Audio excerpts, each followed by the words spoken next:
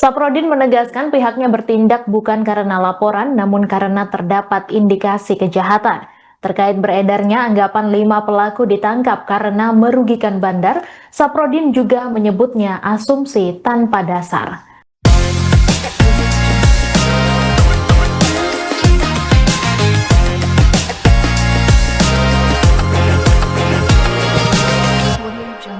Assalamualaikum warahmatullahi wabarakatuh. Sobat hukum sekalian, berjumpa lagi dengan saya Eki Sirojul Bayhaqi di channel ISB Law Center, channel edukasi hukum yang mencerdaskan. Sobat hukum sekalian, beberapa hari yang lalu kita mendapatkan atau mendengar berita terkait dengan adanya penangkapan 5 orang tersangka yang diduga dia sebagai pembobol situs judi online. Sontak pemberitaan itu memantik berbagai macam tanggapan dari netizen ataupun masyarakat, sehingga muncul dugaan, kok bisa ya pembobol situs judi online kemudian ditangkap sementara bandar judi online-nya tidak. Sehingga ada asumsi apakah aparat penegak hukum atau dalam hal ini ada oknum-oknum tertentu yang melindungi kepentingan para bandar judi. Jadi pada awalnya kasus ini dimulai ketika Polda Daerah Istimewa Yogyakarta melakukan penyelidikan terhadap adanya laporan aktivitas judi online yang dilakukan oleh 5 tersangka ini. Pelapornya siapa kita juga belum tahu gitu. Apakah itu juga bandar judi? Kita juga belum tahu.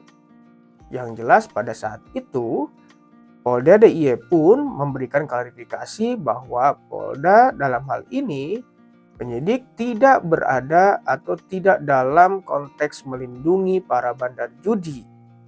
Dan pelapornya pun bukan bandar judi. Nah, oleh sebab itu maka apakah penangkapan terhadap 5 tersangka ini adalah suatu hal yang dibenarkan menurut hukum? Jadi pada awalnya, kenapa kemudian 5 tersangka pembobol situs judi online ini ditangkap? Ya, karena dianggap bahwa 5 orang tersangka ini merugikan bandar judi. Narasi yang terbangun seperti itu. Sehingga dengan aktivitas yang dilakukan oleh 5 tersangka ini, telah secara nyata menimbulkan kerugian bagi pihak tertentu. Nah, tertentu ini siapa? Kita juga tidak tahu. Ada asumsi ini adalah bandar judi. Tapi yang jelas 5 tersangka tersebut tentunya diuntungkan dengan perbuatan yang dilakukannya itu. Dengan membobol situs judi online, bahkan keuntungannya pun itu bisa 50 juta per bulan. Luar biasa, cukup fantastis ya. Karena pekerjaan yang dilakukannya juga itulah melalui perangkat komputer. Lalu sobat hukum, menurut kita semua apa yang menjadi persoalan di sini? Apa hukumnya ketika seseorang melakukan pembobolan terhadap situs judi online? Apakah itu dianggap sebagai sebuah perbuatan melawan hukum ataupun tidak? Apakah penegakan hukum yang dilakukan oleh aparat penegak hukum dalam hal ini sudah benar atau tidak? Nah, tentu kita akan lihat. Sebelumnya diberitakan bahwa pasal yang dikenakan terhadap para tersangka ini adalah menggunakan Undang-Undang ITE, terutama pasal 45 ayat 3, junto pasal 27 ayat 2. Jadi pada intinya di dalam pasal tersebut menyatakan bahwa barang siapa yang melakukan perbuatan mendistribusikan, mentransmisikan dokumen elektronik yang bermuatan perjudian, maka bisa dihukum dengan ancaman hukuman 10 tahun maksimal. Itu bukan hukuman yang ringan, itu cukup lumayan berat gitu ya.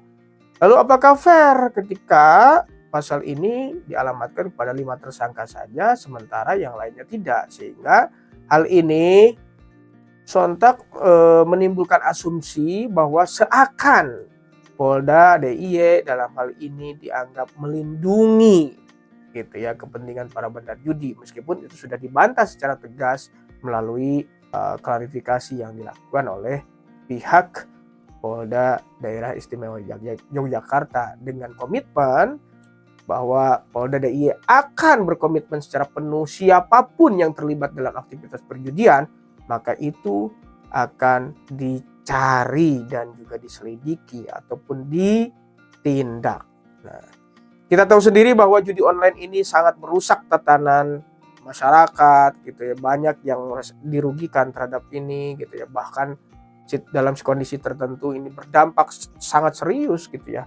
Akibat dari judi online ini ternyata merusak kehidupan masyarakat, merusak keutuhan rumah tangga, bahkan dalam kasus tertentu ini bisa berujung pada perilaku bunuh diri yang dilakukan oleh orang yang betul-betul sudah menjadi korban daripada judi online ini. Nah, oleh sebab itu maka dalam perspektif hukum kita melihat bahwa sebetulnya agak kurang tepat, ibaratnya begini ya.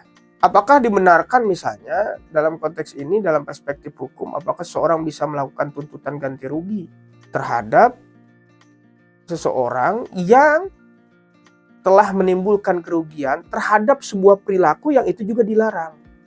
Nah, ini juga suatu isu yang cukup menarik ya. Perjudian itu kan dilarang menurut hukum. Nah, apakah kemudian juga misalkan seseorang ketika melakukan perbuatan dalam konteks perjudian yang dilarang gitu ya, yang menguntungkan dirinya, apakah itu juga bisa dihukum?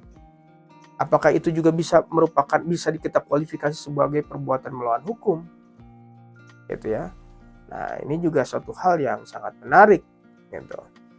Namun mungkin dalam konteks pidana sebetulnya yang kita harapkan adalah penegakan hukum yang fair dan terbuka. Tidak hanya pelaku pembobol situs judi online saja yang dikejar, akan tetapi harus sampai ke para bandar judi online yang justru mereka yang mengoperasikan seluruh aktivitas perjudian dan bahkan mereka yang meraup keuntungan yang bisa jadi lebih besar daripada hanya 5 tersangka yang ini gitu.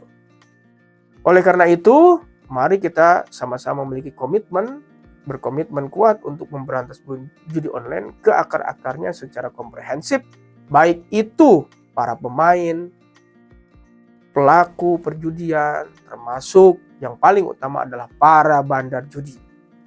Apakah sobat hukum setuju? Kita mendorong agar aparat lebih bersungguh-sungguh di dalam menegakkan dan memberantas aktivitas perjudian dalam bentuk apapun gitu. Terima kasih, salam sejahtera, salam bahagia untuk sobat hukum sekalian. Wassalamualaikum warahmatullahi wabarakatuh.